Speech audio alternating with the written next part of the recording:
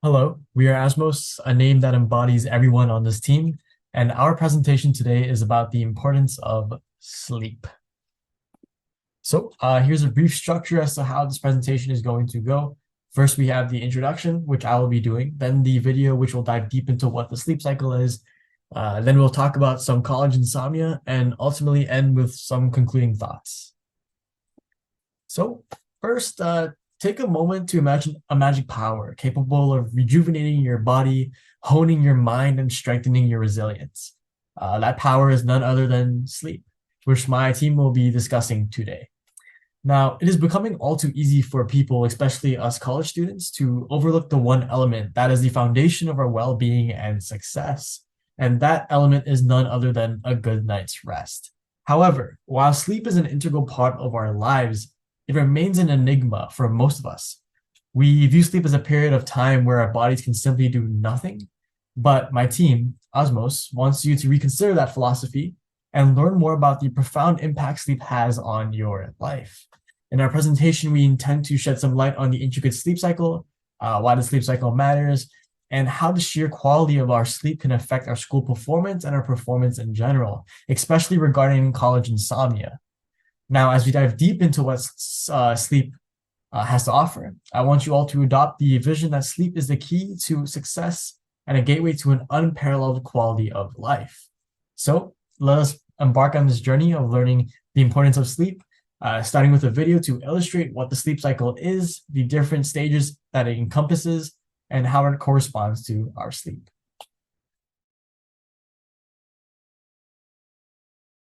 There are 4 different sections in the sleep cycle, and all are very important. Stage 1, or N1, is the first and quickest stage in the sleep cycle. This stage lasts for about 10 minutes and leaves you available to wake up very easily. In other words, this is about when you transition from pretending to fall asleep to actually being asleep. If you're able to stay asleep, you move on to the next stage. Stage 2, or N2, is when the real sleep begins. According to Sleep Foundation, you will have many effects in this stage, including slowed brain activity, heart rate, and breathing.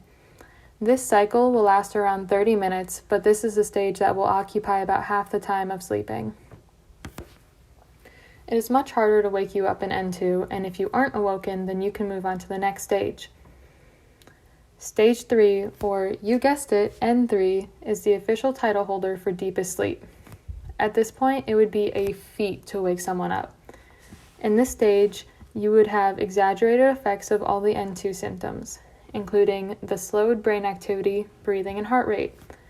The patterns that your brain makes during N3 is called delta sleep, and this is what allows your body to restore physical and mental health. This stage can last up to 40 minutes, and during that time, some other weird things can happen. Have you ever woken up in a different place than you started? Well, if it wasn't on a road trip, then this is the slide for you. According to Mayo Clinic, sleepwalking is most common in children but can still occur in adults. Some of the causes are stress, sleep deprivation, and changes in situation. There is a myth that says that it is dangerous to wake up a sleepwalker, which isn't true. However, if you do wake them up, they might be a bit embarrassed, so just be aware. Next comes stage 4. After we exit N3, we enter, say it with me, N4. The N4 is the stage that is most well known of them all because at this point you will start to dream. N4 is also known as REM or rapid eye movement. This is when you slowly start to wake up as your brain activity increases. During this, however, the rest of your body enters a temporary paralysis.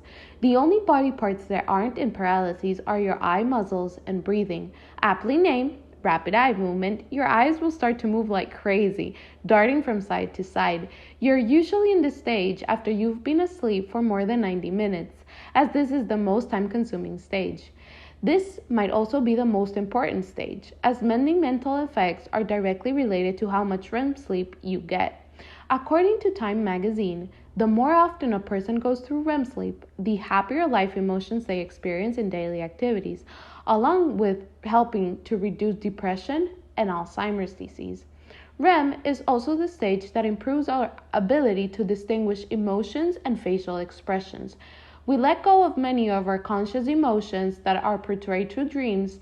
There is one kind of dreams that we might want to highlight. These are lucid dreams. A lucid dream is a dream in which a person knows that they're dreaming. According to Science Direct, about 55% of people say they have at least one lucid dream, with 23% saying that they have at least once per month. This usually happens randomly, but you can try to trick your brain into having one.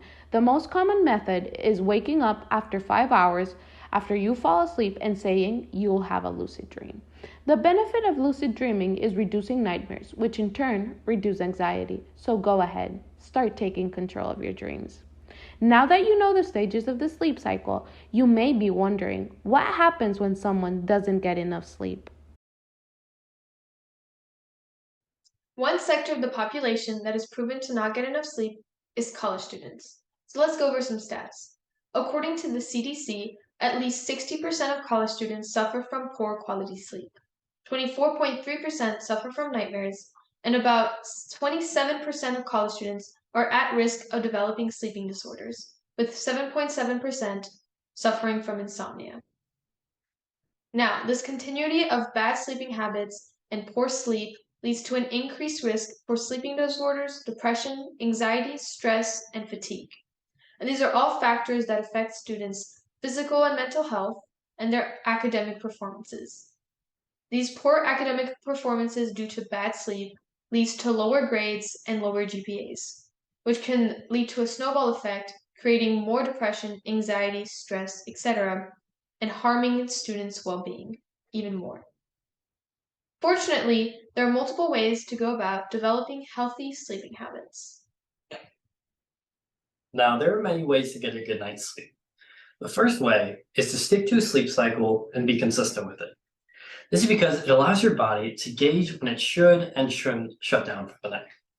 The second way is to avoid caffeine, nicotine, alcohol, and large meals in the few hours leading up to when you are trying to sleep, as this helps your body calm down and get ready to sleep. Exercise can actually do the same thing, as Shamar Charles, a public health physician, says that it will help you lose energy and wind down. If you take naps during the day, take either a 20 to 30-minute nap or a 90-minute nap, as the 20-minute one will keep you out of deep sleep, and the 90-minute one will actually take you through the entire sleep schedule, getting you energized and ready to wake up. One of the most important ways is to decrease nighttime use of electronics, such as phones, laptops, video games, and anything that really emits blue light. Using the nighttime modes on these devices will also help. The last thing to do is to not go to bed stressed. Make sure that you did everything that you meant to do during the day so you can get great sleep during the night. In this presentation, we talked about what sleep is, what goes into it, some quirky things that go on during the sleep cycle, why it's important to get enough sleep, what happens when you don't get enough sleep. We hope that your takeaways from this presentation are how important sleep is to humans and how to maximize how much sleep you get. Here are our references and credits, and thank you.